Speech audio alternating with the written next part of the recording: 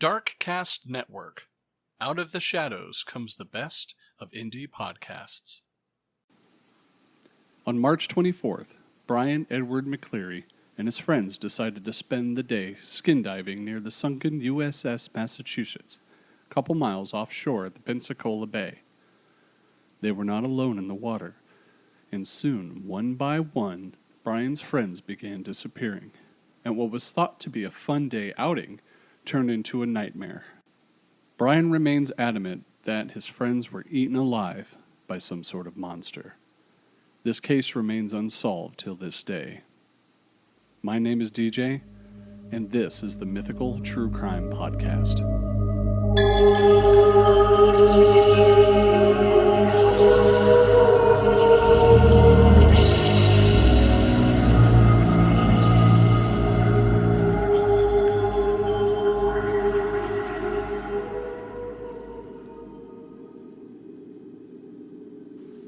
Hello, everyone, and welcome to tonight's show. I thought I'd take tonight to change up the scenery a little bit.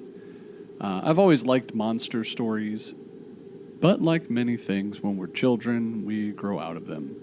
Except for Brian McCleary's tale, who recanted in the Fate article in 1965 May issue. After some digging, I found that he had written this entire story, which I will now present to you word for word.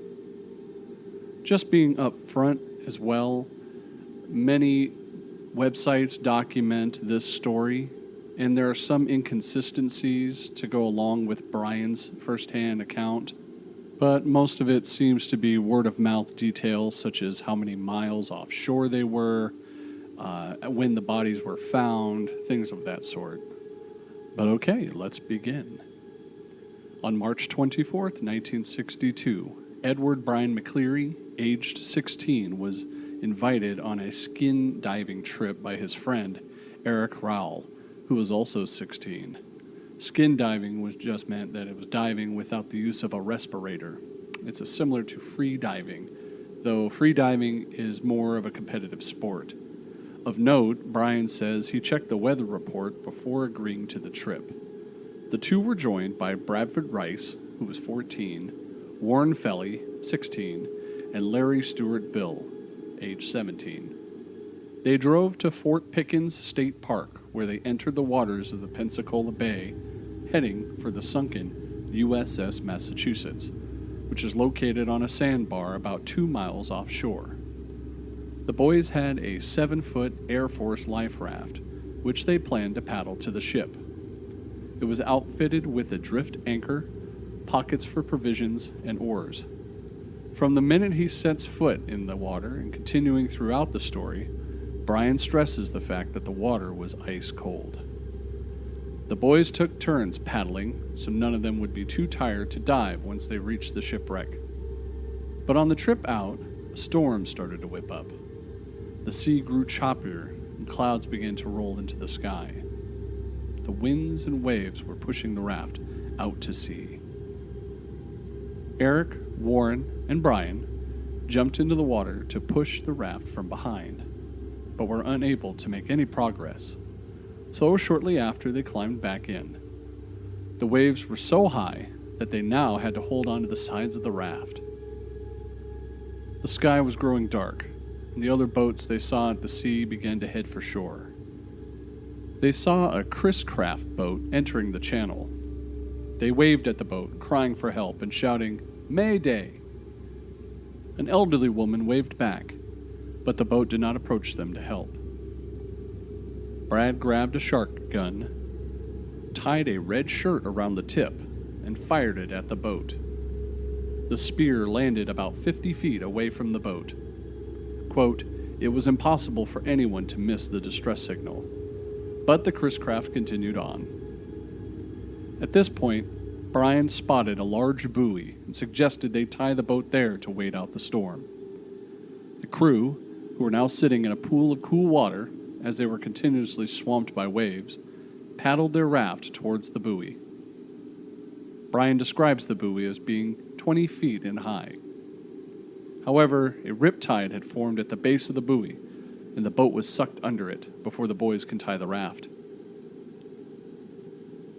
Everyone jumps clear of the raft, which is pulled underneath the buoy, then washes free. Eric and Brian cling to the sides of the raft as the rest of the boys climb back in. At this point, the sky is black as night, and they're beginning to wash out of the channel past the USS Massachusetts. After a while, Brian suggesting he doesn't know how long, the storm lets up. The rain turns to mist, and the ocean is calm, but a fog starts to roll in. It limits their visibility to 25 feet, and the boys decide to wait for the fog to clear. The boys share some cigarettes that miraculously hadn't gotten wet. At this point, the water beneath them becomes unseasonably warm. The air is filled with the smell of dead fish, and they hear a splash. Brian says what looked like a telephone pole, about 10 feet high, with a bulb on top of it, stood erect for a moment, then bent in the middle and dove under. A sickening odor filled the air. The boys discussed what might be. Warren suggested an oarfish. Brian suggested a sea monster. Then they hear a high-pitched whine. Panicked, everyone puts on their fins and dives into the water. Patches of brown, crusty slime lay over the surface. Everyone swims for the shipwreck. The water begins to get colder, and the rain rolls in again. I should stress that Brian has described everyone at this point being exhausted, cold, and cramped. They have been swimming for perhaps 30 seconds when Warren cries, "Hey, help me! Help me! It's got Brad!" before he too vanishes. Brian is now swimming with Larry and Eric, but has lost sight of both Warren and Brad. Then Larry vanishes. Eric and Brian dive for him, but see nothing. Eric becomes overcome with cramps and holds on to Brian's neck as he paddles for what hopes to be shore. It's now described pitch black, and he can't tell where he's going. After what felt like a couple hours, lightning flashes, and Brian sees the USS Massachusetts. He swims towards it. Eric is pulled off him by a wave, but Brian sees him swimming towards the ship as well. Brian then says, "Right next to Eric, that telephone pole-like figure broke out through the water. I could see the long neck and two small eyes. The mouth opened, and it bent over and dove on top of Eric, dragging him under. I screamed and began to swim past the ship. My insides were shaking uncontrollably." Now at this point, Brian does not remember anything until he washes up onto the beach.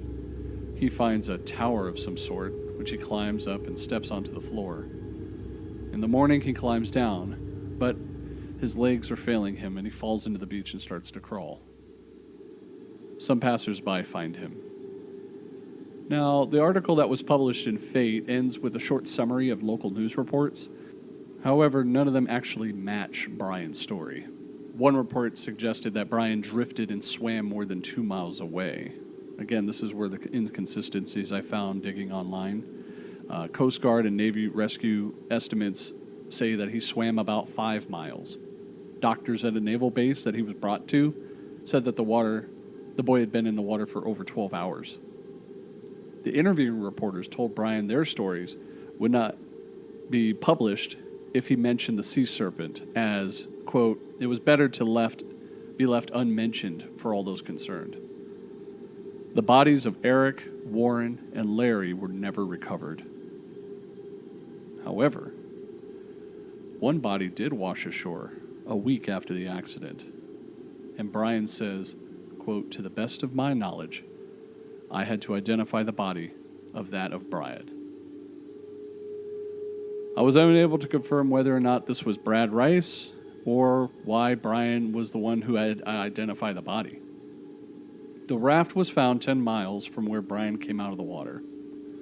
He was picked up near Fort McRae at 7:45 in the morning, Sunday, March 5th, 1962, by a helicopter from a naval air station.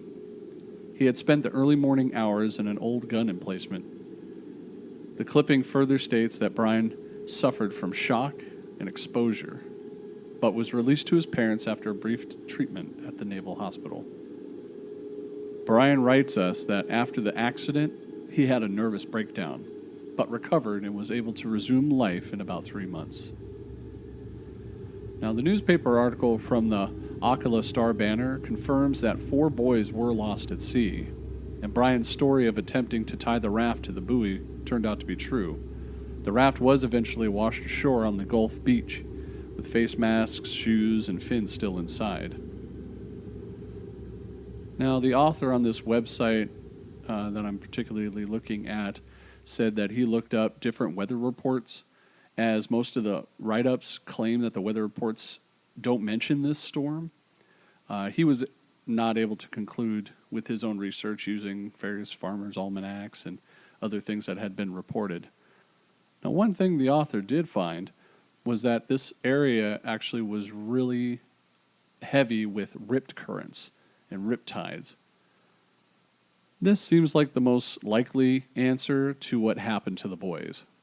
Given that they were described to be in a channel, particularly knowing that the USS Massachusetts was on a sandbar, it's very likely that a rip current could have formed there. Also repeatedly mentioned throughout the article was the boys' mental health. Repeatedly he said that the water was freezing and that the boys were physically exhausted and cramped badly. It's entirely possible that this monster was just a hallucination. The boys drowned and they tried to swim back to shore after panicking of being swept out to sea. Anyone who has experienced paddling against a tide can attest to that this is a very difficult challenge and very tiring.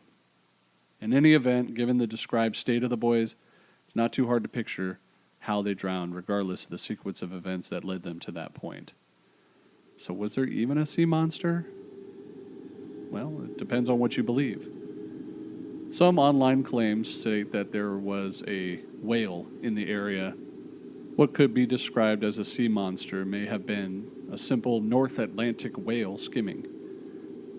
During my research of what a North Atlantic whale looks like, they show several videos of it skim feeding, and it does look like some sort of creature sticking its way out of the water.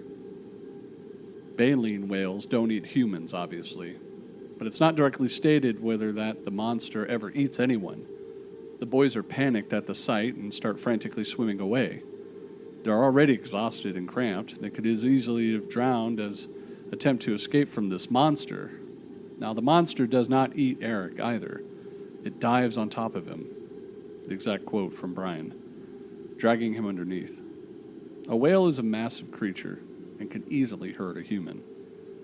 While whales will generally try to avoid humans, it's possible that this could have just accidentally happened and dived on top of him while feeding. Whale could have also pulled a person down as if they were to dive if a person is close enough.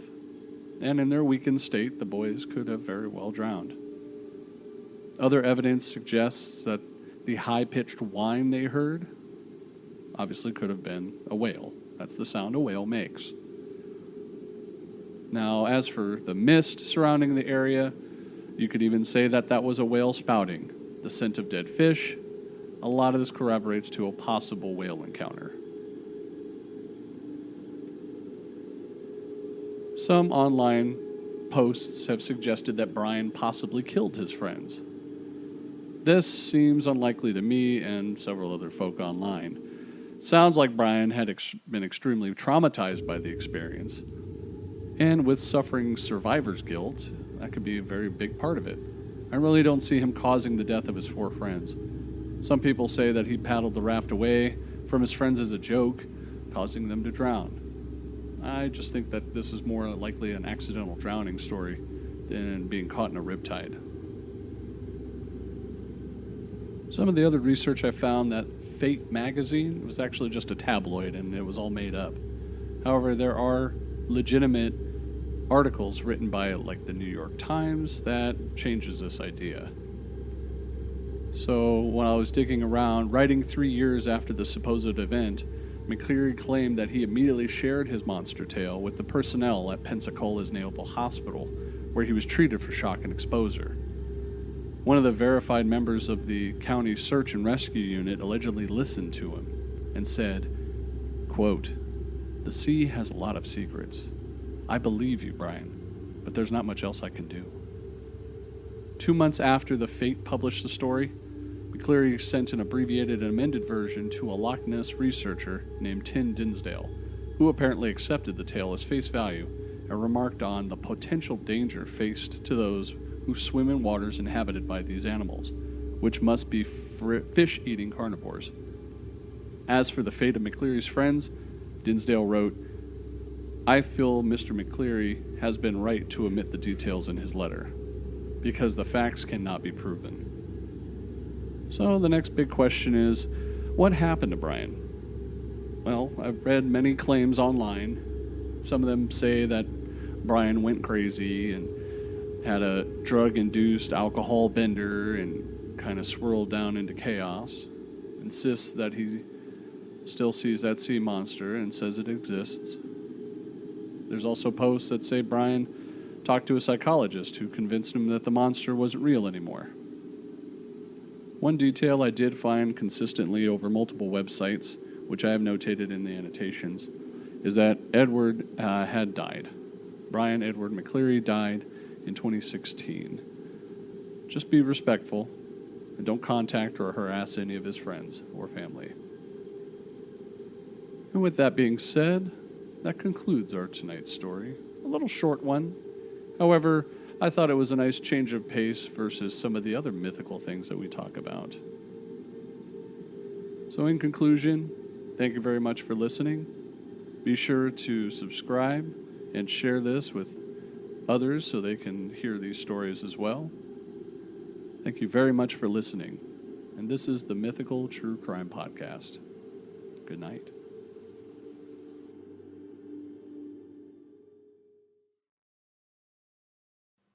And that concludes another captivating episode, delving into the world of mythical true crime. I appreciate you joining me tonight as we listen to the facts from these true crime tales. Stay tuned for our next episode, where we'll uncover even more mysteries. Until then, thank you for listening to tonight's episode. Good night.